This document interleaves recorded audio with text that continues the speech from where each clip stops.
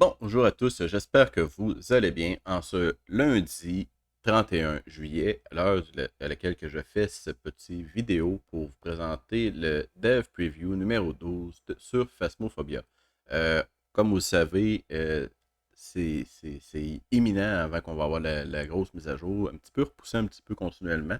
On l'attend depuis quand même quasiment 2 mois pour ma part, d'après les dates originales qui avaient été mises. Euh, Il s'agit du preview pour la progression 2.0 dans le jeu de Phasmophobia. En fait, ce que vous voyez dans la mise à jour ici, grosso modo, c'est ce qui parle pour ce qui va arriver, plus d'informations sur comment va fonctionner le nouveau système. Apparemment, dans le nouveau système, la progression, on va avoir. Il nous explique un peu comment va fonctionner l'expérience pour commencer.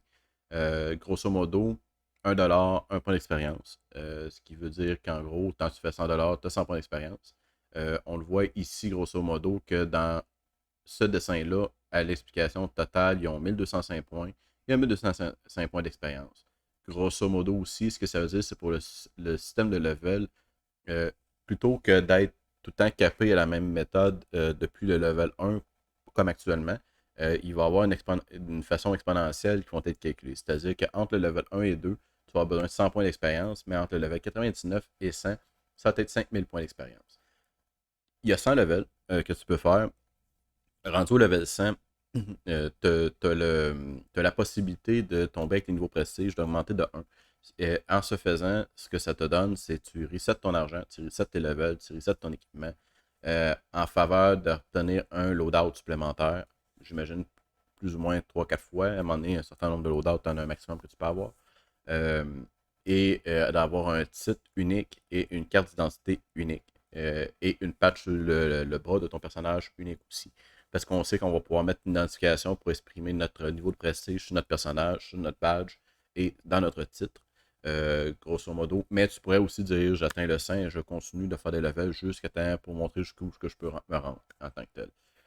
Ensuite, il explique aussi la partie consommable. La partie consommable en tant que telle, c'est que certains objets vont devenir des objets qui vont disparaître de l'inventaire après la mission.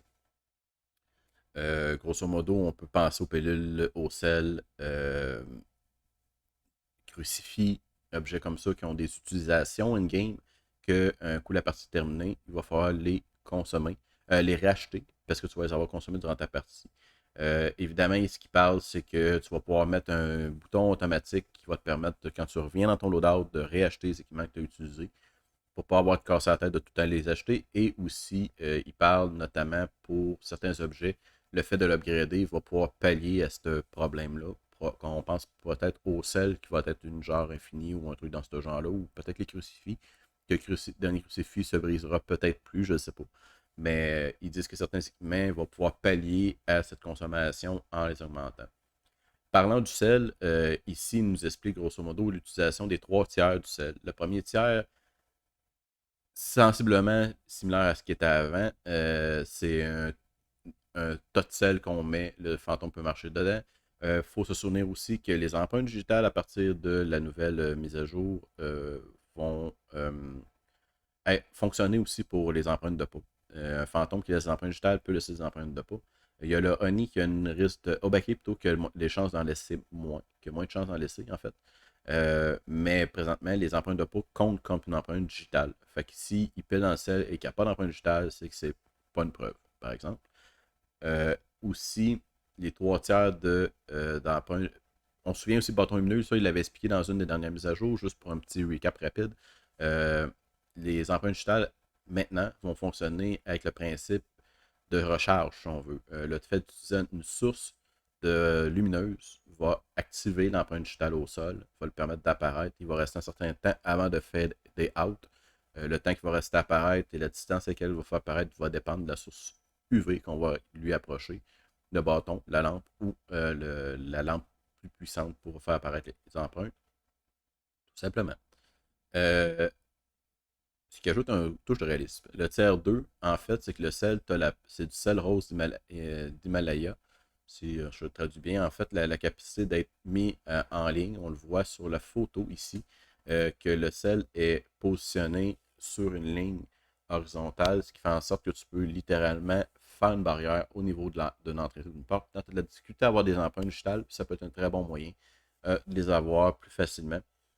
Au lieu d'être deux piles, contrairement à la première source, je ne me trompe pas, qui disait, tiens, je vais revérifier, can place two pies per canister, c'est ça. Par can, tu peux mettre deux piles.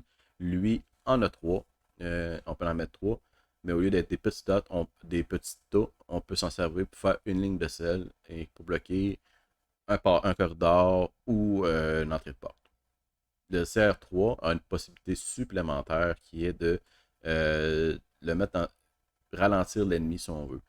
Euh, si le sable est, pas le sable, mais le sel est positionné euh, hors chasse, ce que ça va faire en sorte, c'est que ça va coincer l'entité dans l'espace. En fait, c'est que quand il va percuter le sol, il va revirer de bord. Fait que j'imagine que c'est pas permanent. C'est que s'il fait une manifestation qui marche vers toi, ça va, ou qui tout simplement qui marche vers la sortie, il va rester là jusqu'à temps qu'il ait fait disparaître la trace de sel, comme il fait un peu sur la vidéo qu'on a, mais en ce moment, il est en chasse. Durant la chasse, ce que ça fait, c'est qu'au moment qu'il passe sur le sel, il continue d'aller vers toi, mais ça le ralentit relativement beaucoup pendant un certain temps. Ce qui fait en sorte que ça peut empêcher, comme un exemple, dans ce cas-ci, c'est un ONI, vraiment plus efficacement de nous sauver à ce moment-là. Fait que ça peut avoir une petite valeur tactique. Grosso modo, c'est pas mal ça qu'il expliquait. Il disait que les levels en haut de 100, on peut monter jusqu'à 999. Fait qu'il n'y aura plus personne qui va être au level 10 000. Ça va s'arrêter au level 999. Après ça, tu n'auras pas le choix si tu veux continuer de faire des levels, de resetter à 1, obtenir tes badges en conséquence, tout simplement. Je trouve quand même, encore une fois, que la mise à jour de Phasmo qui est annoncée est très intéressante, très, très, très, très, très prometteuse. J'ai hâte de voir ce qu'ils vont nous offrir, euh, comment tout va fonctionner. Je suis sûr qu'ils ne nous donnent pas toutes les informations qu'on continue d'en avoir petit à petit. Mais grosso modo, juste le bâton lumineux est très intéressant. Le fait de recharger, bâton lumineux, mais je veux dire la lampe UV en tant que telle, le fait de recharger les empreintes pour se permettre de les détecter, très intéressant. Euh, le sel aussi, une nouvelle mécanique très intéressante. La température qu'ils ont expliqué aussi jusqu'à maintenant. Spiritbox qu'ils ont montré aussi. IMF, je crois aussi qu'ils avaient montré. Ils en ont montré quand même quelques-uns. Beaucoup les équipements de base qu'ils nous ont montré. J'ai hâte de voir le livre aussi.